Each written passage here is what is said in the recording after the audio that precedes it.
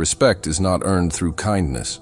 It's seized through presence, protected through distance, and lost the moment you beg for it. The sting cuts deep, doesn't it? That moment when you realize they walk past you like furniture, interrupt you mid-sentence, or dismiss your ideas with a glance. You've been polite, helpful, accommodating. You've followed every rule of decency, yet respect remains as distant as smoke. The pain isn't just rejection. It's the slow realization that being good isn't enough, that playing fair in an unfair world makes you invisible. Today, you'll learn why respect has nothing to do with virtue and everything to do with power. This isn't a self-help sermon about believing in yourself. This is a surgical examination of power dynamics, dissected through the cold lens of Niccolò Machiavelli. Respect isn't given, it's commanded. It's not about being the nicest person in the room. It's about being the most necessary, the most unpredictable, the most dangerous to ignore. Machiavelli never wrote about making friends. He wrote about survival, about influence, about the brutal mathematics of human nature. In Florence's political labyrinth, he watched good men die and clever men thrive. His lesson was ruthless. The world doesn't reward saints, it devours them. This is your manual for reclaiming respect, not through manipulation, but through strategic clarity, not through cruelty, but through calculated distance. Because in a world that mistakes kindness for weakness, respect flows only toward those who understand the game behind the game. The availability trap.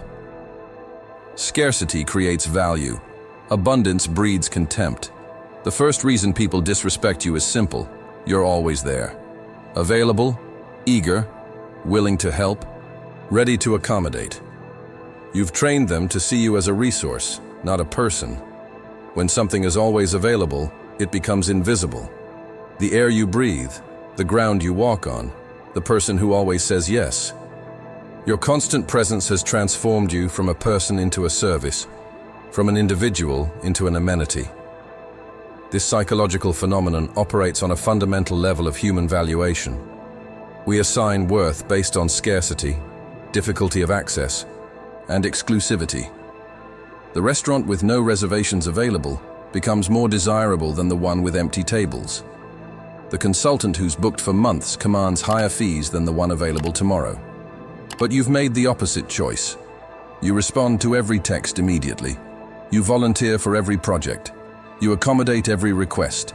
You've taught people that your time has no value because you give it away freely to anyone who asks. This pattern creates a vicious cycle. The less you're valued, the more you try to prove your worth through availability. The more available you become, the less you're valued. Eventually, your eagerness to please becomes the very reason you're not respected. Start disappearing strategically.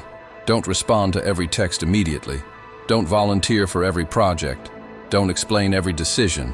Your availability should be earned, not assumed. Scarcity isn't cruelty, it's positioning. When people have to work for your attention, they value it more. The approval addiction. The moment you ask for respect, you've already lost it. Respect isn't requested, it's radiated. When you seek validation, explain your worth, or justify your decisions, you signal weakness. You're essentially saying, "Please believe I matter." This approval-seeking behavior creates a fundamental power imbalance. You've positioned yourself as the supplicant and them as the judge. You've given them the power to determine your worth, and once that power is granted, it's almost impossible to reclaim. The psychology behind this is rooted in ancient status hierarchies. Throughout human history, those who needed approval from others were typically in subordinate positions. Leaders, by contrast, were the ones whose approval others sought. This dynamic is so deeply embedded in human psychology that it operates below the level of conscious thought. When you ask, "Was that okay?" or "What do you think?" or "Did I do well?" you're unconsciously signaling lower status. The subtext of these questions is, "Your opinion of me matters more than my own." This immediately positions you as subordinate in the relationship. Stop explaining yourself. Stop seeking permission. Stop apologizing for your standards. Present your position once, clearly, then move forward. Let your actions validate your worth, not your words. Approval seeking is a confession of inadequacy. Command respect by assuming you already have it. The predictability problem. Predictability is the death of respect. When people know exactly how you'll respond to provocation, praise, or pressure, you become a tool they can use. Every reaction is ammunition in their hands. Human beings are prediction machines. Our brains constantly try to anticipate what will happen next based on patterns we've observed. When someone becomes completely predictable, they lose their psychological impact. They become background noise in the theater of human interaction. Think about the people who command your attention and respect. They're rarely the ones whose reactions you can predict with certainty. They're the ones who surprise you, challenge your assumptions, and keep you guessing about their next move. Predictable people become controllable people. When others know that criticism will make you defensive, they can use criticism to manipulate your behavior. When they know that praise will make you compliant, they can use flattery to get what they want. When they know that pressure will make you fold, they can use deadlines and urgency to control your decisions. Practice emotional neutrality. When insulted, pause. When complimented, nod once. When pressured for quick decisions, take time. Your unpredictability forces others to approach you with caution. The goal isn't to become emotionless, but to become strategically emotional. Choose your reactions based on what serves your purposes, not what feels natural in the moment. The generosity trap. Generosity without boundaries is exploitation disguised as virtue. When you give freely without expecting anything in return, you train people to take from you. They stop seeing your kindness as valuable because it costs them nothing. This principle challenges one of the most cherished beliefs about human relationships, that unconditional giving creates gratitude and respect. But reality operates differently. What's freely given is rarely valued, and what costs nothing is assumed to be worth nothing. The psychology behind this is counterintuitive but consistent. When someone receives something without effort or reciprocal obligation, they don't feel grateful, they feel entitled. The gift becomes not an act of generosity, but an expected service. The giver transforms from a generous person into a reliable resource. This doesn't mean becoming selfish or calculating every interaction. It means understanding that value is often perceived through cost. When your help, time, and energy cost nothing, they're valued accordingly. Attach subtle conditions to your helpfulness. Make your assistance strategic rather than automatic. This doesn't mean being transactional, but it does mean ensuring that your generosity is recognized as choice rather than obligation. Unconditional giving creates entitled takers. Conditional giving creates grateful partners. The apology epidemic. Every unnecessary apology is a small surrender of power. When you apologize for speaking up, taking space, or having needs, you signal that your presence is an inconvenience. You're essentially asking permission to exist. Modern culture has created an apology epidemic where people apologize for things that don't require apology. Sorry to bother you, but sorry for the long email. Sorry if this is a stupid question. Each of these phrases diminishes the speaker before they've even made their point. The word sorry carries enormous psychological weight. It implies wrongdoing, regret, and a desire for forgiveness. When used appropriately, it's a powerful tool for repairing relationships and acknowledging mistakes. But when overused, it becomes a verbal tick that signals chronic insecurity. People who apologize constantly train others to see them as perpetual inconveniences. They create the impression that their thoughts, needs, and presence are burdens that others must tolerate, rather than contributions that others should welcome. Stop apologizing for having opinions. Stop saying sorry when someone bumps into you. Stop prefacing statements with self-doubt. Your thoughts deserve space. Your presence has value. Act accordingly. Apologetic energy attracts disrespectful treatment. Confident presence demands respectful response. The over-explanation trap. Over-explanation is the hallmark of insecurity.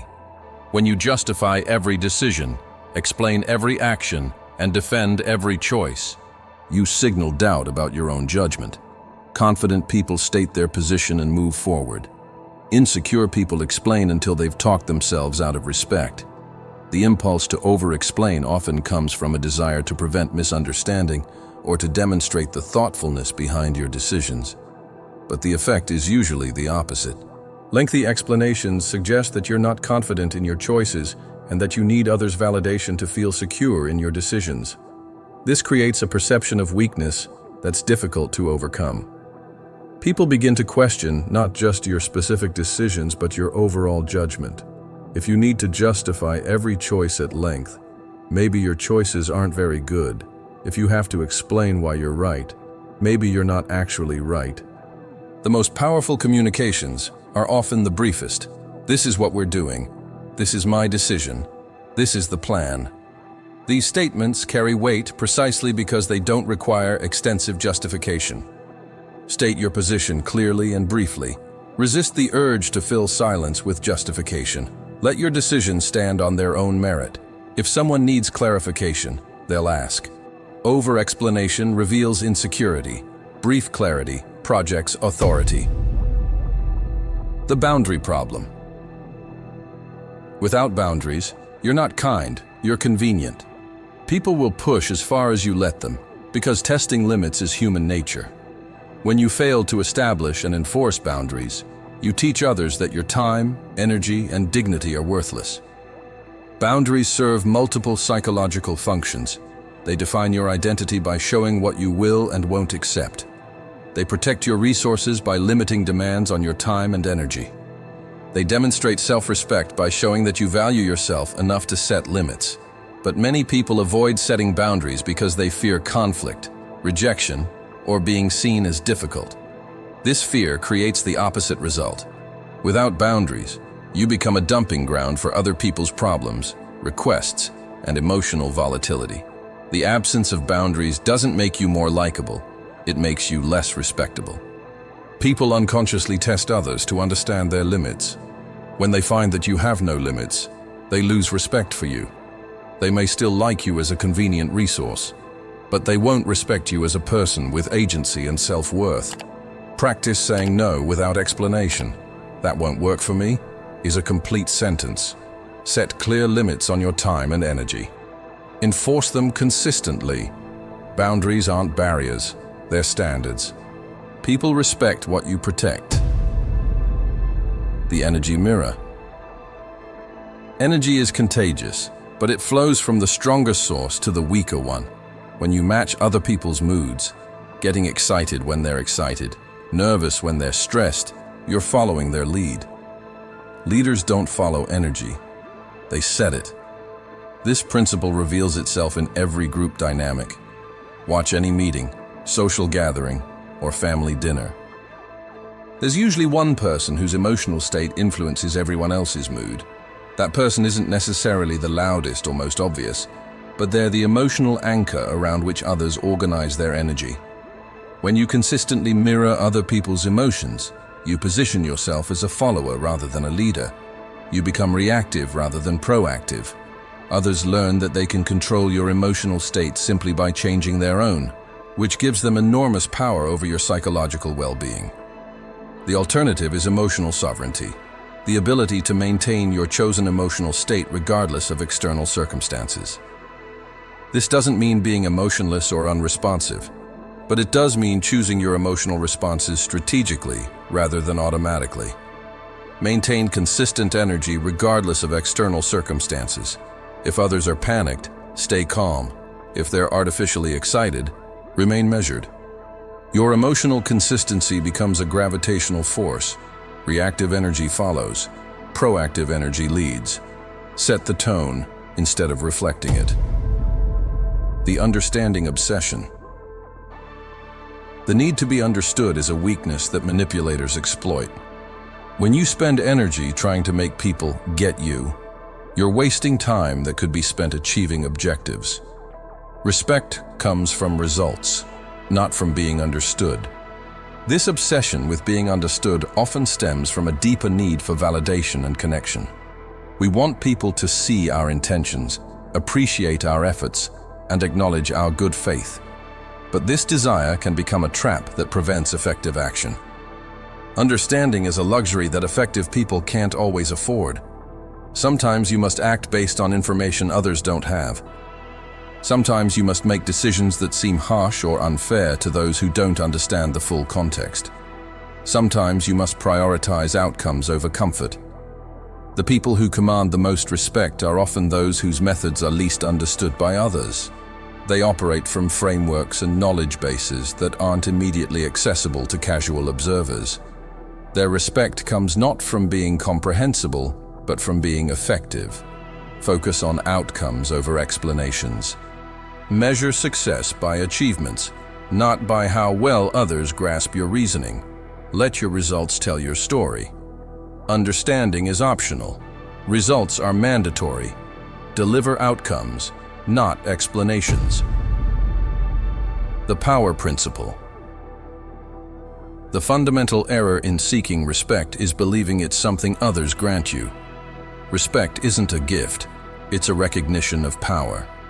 When you have something others need, want, or fear losing, respect follows automatically. This understanding reframes the entire question of respect. Instead of asking, "How can I get people to respect me?" the question becomes, "How can I develop the kind of power that makes respect inevitable?" Power comes in many forms. It might be expertise that others need. It might be resources that others want. It might be connections that others value. It might be skills that others lack. It might simply be the ability to walk away from situations that don't serve you. The key insight is that respect is always a byproduct, never a primary goal. When you focus on building genuine capability, developing valuable skills, and creating meaningful impact, respect emerges naturally from those accomplishments. Stop seeking respect and start building power. Develop skills others need, control resources others want, create value others can't ignore. Respect will follow automatically. Respect is a shadow cast by power. Build the substance, and the shadow appears naturally. The question isn't whether you deserve respect, it's whether you command it. Niceness will make you liked. Competence will make you useful. But only power makes you respected. This choice between seeking respect and commanding it represents a fundamental shift in how you approach human relationships. Instead of positioning yourself as someone who needs others' approval, you position yourself as someone whose approval others seek. The transformation isn't about becoming cruel or manipulative. It's about understanding the psychological dynamics that create respect and aligning your behavior with those dynamics, rather than fighting against them. Every day you wait for others to respect you is another day you give them power over your worth. Take it back, not through force, but through clarity. Not through cruelty, but through boundaries. Not through explanation, but through demonstration. The game of respect has rules. Learn them, or remain invisible forever. Respect isn't earned through service. It's seized through sovereignty. Stop asking for a seat at the table. Build your own table, and watch them ask for invitations.